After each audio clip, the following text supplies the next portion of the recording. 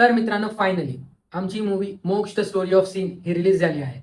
तुम्ही पाहू शकता याला 3 यूट्यूब चॅनल्सवर, पियुष तांबोळी, राजार्थ आणि सिने ड्रीम्स. तर ज्या नक्की पहा, लाईक करा, शेअर करा आणि सबस्क्राईब करा आणि सपोर्ट करा.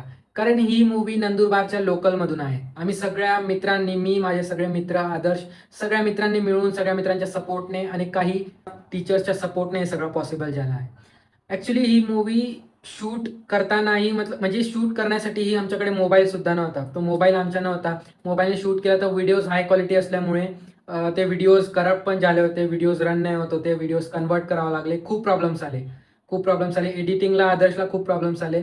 पण फायनली हे सगळं झालं आहे आणि मूवी रिलीज झाली. ॲक्च्युली 20 दिवसाचं शूट होतं आमचं आणि 20 दिवसामध्ये आम्ही खूप मजा केली, खूप मेहनत केली. तर ज्या नक्की पहा. आणि याच्यामध्ये ॲक्च्युली एक कोइन्सिडन्स म्हणावं की मॅनिफेस्टेशन म्हणावं माहीत नाही. बट या मूवीची स्टोरी जेव्हा आम्ही सगळे ग्रॅज्युएट झालो तेव्हा आदर्शने लिहिली होती. म्हणजे ही मूवी जी आहे त्याची आताची स्टोरी आणि त्याच्या जे ओरिजिनल स्टोरी जी स्टार्टिंग होती ते खूप खूप मोठा फरक आहे. जमीन अस्मानचा फरक आहे. तर मॉडिफाय होत होत त्या स्टोरीमध्ये ॲड झालं जयचा कॅरेक्टर, माझा कॅरेक्टर. आणि त्यामध्ये तुम्ही पाहाल का तो कॅरेक्टर बँगलोरला जॉब करतो.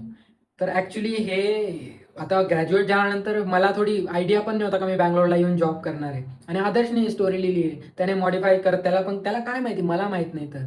आणि मी शूट करून मी पुण्याला आलो, पुण्याहून बँगलोर आलो आणि त्यानंतर मला रिअलाईज झालं की यार या मूव्हीमध्ये तेच आहे. की मी बँगलोरला जॉब करतो डेव्हलपमेंटमध्ये आणि सेम तेच झालं. आय डोंट नो याला कोइन्सिडन्स म्हणावं की मॅनिफेस्टेशन म्हणावं.